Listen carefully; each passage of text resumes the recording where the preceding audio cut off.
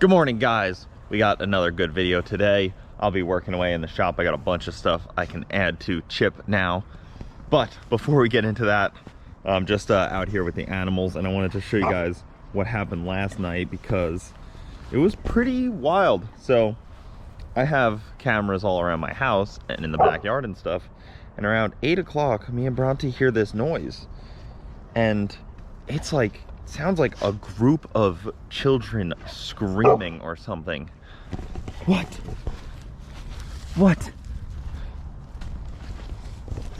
And this is only 8:30 at night. You know, all the dogs were inside. Tortoises were in their houses. Bowser was in his house. Henry, he's good. He was in his house. And we hear this noise. Here, let me play you guys the audio.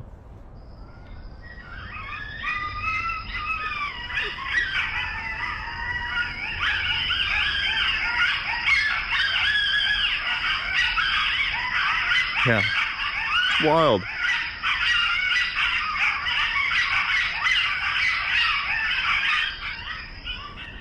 So that was the audio that was picked up by the camera in the pool area.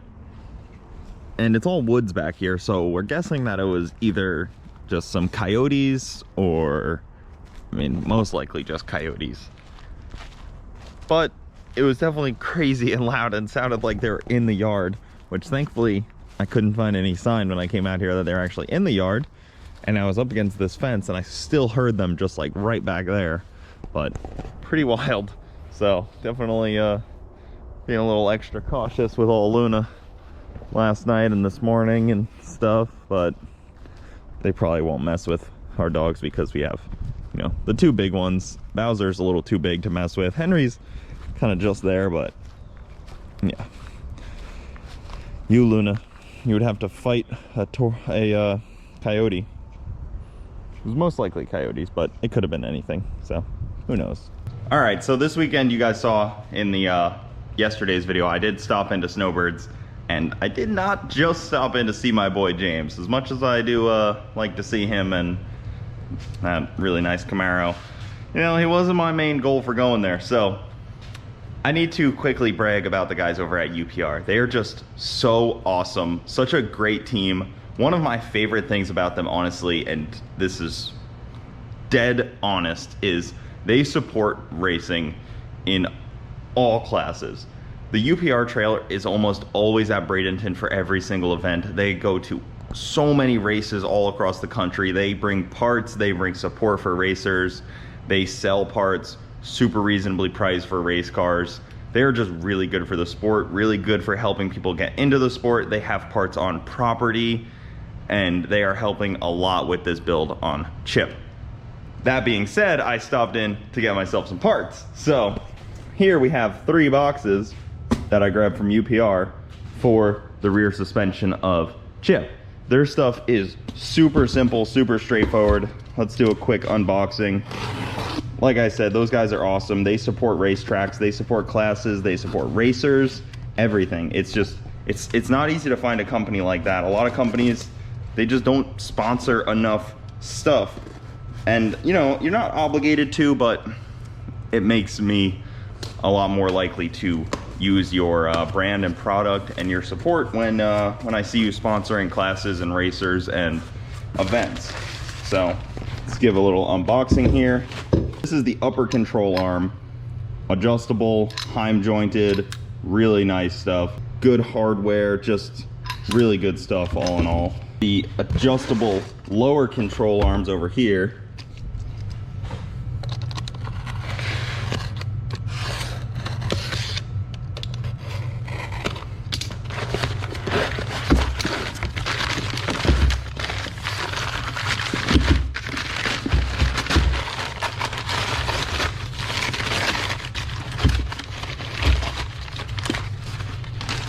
Look at that. Super nice lower control arm, adjustable, all Heim jointed, all the spacers, all the hardware you need. This will go right here and then go to the lower part of the diff. So hopefully we can get this diff in today. I don't have the suspension, so I'll have to use like blocks of wood or just bolt up this for now. And then once I get my coilovers, I can do that later, but having the rear end in will be really helpful for, you know, mocking up fuel system and everything like that, brake lines, all that stuff. But look at how nice all this stuff is. Just super beefy, really nice stuff. The best thing about all this stuff is too, they didn't know I was coming to pick this up at the track. I just showed up and they had it all there, ready to go, ready to sell, ready to support a racer if they have a failure or break anything or anything like that. They have this stuff on property almost all the time. So I know by putting this stuff in that if I have any issues, there's a good chance that they'll be at the race. They're at FL2K, they go to Snowbirds, they go to US Street, they go to Street Car Takeover, they go to so many events. So really makes me feel good about it. And then the last one is really cool. Well, there's two things in here. I put one of them in here because they were kind of tossing around. The last one, some nice spherical bushings. Look at that. So really sweet spherical bushing. And then the other thing that I find super cool, I didn't even know that they made these, but look at that. So it's a fuel hat that has a -10 and a -6 line on it. So your feed right here, welded up on the bottom, and then your return right there sumps into the bottom of the tank. Super simple, so easy to just use a stock tank, put it in the back of the Mustang, and just, you know, go from there. I mean, you don't have to do anything crazy. I do need to do something about my torque boxes. I'm not gonna replace them. I think I'm just gonna stitch weld all of the spots on the torque boxes. And I don't know how much you guys can even see of that. Just gonna stitch weld the torque boxes in for now. We can always replace, we can always add in the future. So I'm just gonna start small and work my way up depending on how the car evolves and grows. But let's get to it. Let's pull these out because we don't need those anymore and start ripping. So here's the old versus the new. We're even upgrading the hardware to a bigger bolt. It's gonna be all around much better, just a lot stronger. And then this is the simplistic new stuff. Look at how nice all this stuff fits. Slides right into the Heim joint like that. All the spacers you need. Man, I can't wait to upgrade all this. Well, that was very difficult. Before I show you guys, it did not come out good, but it's kind of exactly what I really needed. Just a bunch of gobs of weld holding on all those little spots. Nothing too crazy. So I couldn't have weakened it. I could only make it stronger by just putting weld wherever I could, and I put some wherever I could. But thankfully it's under the car. I'm gonna paint it and nobody will ever see it. Well, somebody will see it eventually. I'm sure I'll eventually cut out these torque boxes and put in some upgraded ones, but be gentle, guys, just so you know. I also did it with the TIG welder, not the MIG. The MIG isn't set up, so I just did the TIG welder so I could just be a little more precise. Probably should have just set up the MIG, but I just didn't feel like doing that. I wanted to try my hand at the TIG, but like a couple spots like that, I just, you know, bogged on some boogers. Couple spots up there, just put some boogers all around, just kind of, this was my first attempt. Got it really hot, and then just, you know, welds all over. Just added tacks. I mean, that can't make it weaker. That can only strengthen it. We'll see if it ever rips out. Who knows? Yeah, so whatever. Not that big of a deal. Just gonna spray some paint on it and move on. All right, well, this side came out a lot better, so improvement. So this was the first couple I hit, but that looks like a good, decent stitch. Up here, I actually did it pretty like spot on. Stitched it there, couple here, one up there, one in there, couple here, one down there. So just a little bit of stitching. I mean, this probably doesn't add all that much strength, but any little bit helps, and it basically cost me $0 to do that, so might as well. Use the old Feronius TIG over here, and I was using the button on it, which is kind of nice. But what makes this so hard is there's nowhere to like lean your body up against anything, and you're like over your head, and my helmet's hitting everything. It's a tough deal, but it worked. I'm gonna take this out because I don't think this is necessary. And then when I undercoat this, once it's a little cool, I can undercoat that too. So let this cool off, undercoat it, and then we can put all the new stuff in. I already put the first spherical bushing in to see how it fit, and that thing fits awesome. Look at that. All billet, nice and clean. Just got to tighten it up still, but these replace the old bushings. And if you guys remember, in one of the other videos, I used the UPR tool. Have it somewhere. Yeah. I used the UPR tool to pull out the bushings. This tool is super simple, made it really easy. Pulled the bushings right out. And now fresh bushings are in. So I kind of mocked up the rear end. I just put some wheels and tires on it so I can roll it around and put it into place, and then lower the car onto the rear end instead of like jack the rear end up or anything like that. So I can just roll it into spot, lower the car down, bolt this all in, probably ratchet strap it maybe, or use these to just kind of hold it up for now so I can go up and down with the car, and then we can see what it looks like on these drift setup.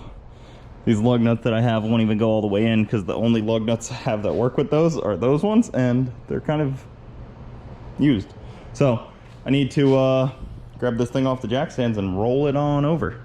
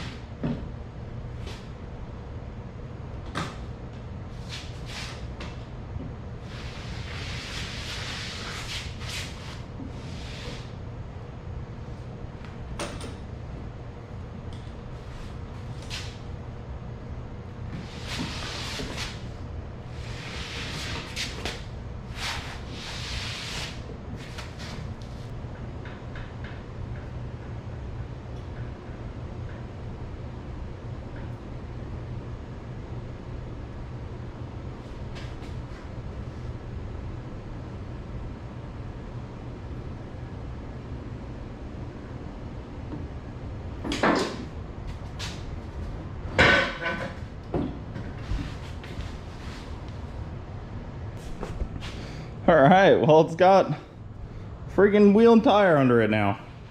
Definitely needs to come farther back in the wheel well, but that was just a guess on the length of the lower control arms. Not too bad. I'm gonna go back up because I don't like the way that it sits on the threads of the lug nuts. So how does it kind of hold? It's holding right there and kind of on the lower control arm. So I'm just gonna go up and put the tranny jack underneath it, and I can do what I need to do. All right, just like that. I would never recommend hanging it from your suspension like this, but since these are not gonna be used anymore, figured it doesn't matter. This really didn't have that much pressure on it, so that doesn't really matter either. It was mostly just these pulling it up, but would not recommend, but it worked for this. Now I just have to put the uppers. I'm gonna grease those before I put them on, because that'll be a permanent deal. And then this rear end pinion angle can be set, but like I said, I need to measure for a bunch of stuff and start on a bunch of stuff, so this will be good to have done. All right, so the rear end is in now. The pinion angle is definitely super goofy. It's straight down, so to adjust pinion angle, to bring it up, you pull these in, and then it kind of tilts the rear end like this.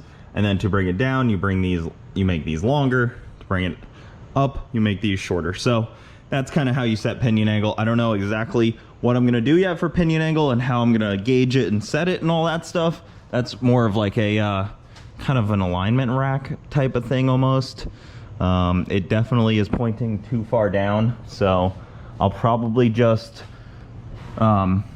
measure straight up and down off of this and then replicate it for now, and then we can change that on the alignment rack. It's pretty simple to do. Now that that's in, I can do a lot of other stuff like brakes and all that kind of good stuff, brake lines, fuel system, all that stuff, so I know where that's going. I can get onto all that. So that's cool. That's a big step forward. Huge step in the right direction. We can basically have this car as a roller if we needed to at this moment, which is really good. I don't know how far it would sit down, honestly, though, if I did put it all the way down, but it would be a roller. I'm really hopeful that this drive shaft is the same length as the one in the Camaro, because the one in the Camaro is chromoly, super heavy, really tough, really good for street driving, but really heavy. So if I could switch that one to like a carbon fiber one or an aluminum one or something like that, I'll be in a much better situation. This one can be chromoly and I don't mind, but that one, aluminum, would be better. But I don't have that much space with the torque arm, so it'd probably have to be, for its length, it would probably have to be carbon fiber. So who knows? I'll do some checking here. I know that that one is, I think I want to say 46.5 inches if I remember correctly. So give this a quick measure and we'll know if they're roughly similar. I mean, there's like an inch of, you know, leeway you get with the input on the trans, so you can kind of finagle something, you know. Well, after talking with one of my Mustang buddies, I realized that I need the brackets for this, because once this car's on the ground, these bars are going to be level, and that's not what you want. That's not exactly ideal for hooking. So UPR sells a bracket that bolts to here and gets like a couple more bolt holes out of it, and then you can make this bar go down just like the Camaro has. It's identical, and then I have like 3 or 4 bolt options, and you can try that depending on how your suspension is set up, you know, yada yada yada. But that's what I need to do. So I need to order that, but I can do everything. You know, the drive shaft is going to be the same, and all that stuff is all going to be the same. It's just going to lower it just a little bit more. So this is perfectly fine for now, and then we can add that at a later date. So when I got the car, there was 3 different brake rotors with the car, all different. This is the only one that actually fits on there. I'm just kind of using it to mock up and see, you know, how it would look on there with just doing factory rears. Just, you know, order some brand new OEM calipers and pads and all that stuff, because in the front I got OEM and it's really nice. You know, it's heavy, but it's good and it's nice, and it's you know, good enough for what we're trying to do in a lot of ways. You know, I don't need to go crazy on this car. I'd like to have the more stopping power if I could. So kind of just thinking about it on the back. I don't know. I mean, that would fit a 15 for sure. From what I know and from what I've seen, I believe that would fit a 15-inch. Now, that just makes it so simple. Look at that. UPR just made it easy. So, got the big fuel tank and fittings. That's the dream, honestly. I've spent so much time in other cars drilling and tapping hats to have AN fittings, dropping a line in there. This just saves all that. Also, talked to my boy Doug, talked about some TBM brakes, and we might do something cool with some TBMs on the back of this thing, so we'll see. All right, so I'm working on this pump here, so I just have to order a 10 to 10 female. This is the Davis Craig pump. These things are killer. They flow so much, so compact, and they don't just rip insane amount of amps and voltage. So really convenient to run these. Gonna put this guy back here, get a female to female fitting, and then just run it like that. It's a higher up fitting, but it's not too bad. The water level should never be this low, and if I am launching the car correctly, we should be you know, pushing water backwards into the pump, so we shouldn't have to worry about that. If it was on the front, I'd worry about scavenging the pump dry, but really not too bad. So I'm gonna do something like that, and then I can just run the one line and then have the return somewhere over there. But I'm gonna end up using all of this 3/4 heater hose line. It works pretty well. I've used it a few times. Just go under the car with it, and then up into the heat exchanger down here in the grill. You guys can see down there, we got a heat exchanger down there, and then up into the lid as well. So the lid doesn't have very large fittings on it, so you don't really have to kill yourself on a huge line on these, because you are so limited on what you can flow through this little heat exchanger brick in these lids. Well, that'll do it for this video, guys. We got the rear end in. This car is moving right along. Got a lot of parts ordered for it, so we are just creeping along, getting the battery cable ran a little bit, kind of mocking that up. But so much to do, so little time. Thank you guys for watching. Keep it saucy. I'll see you next time.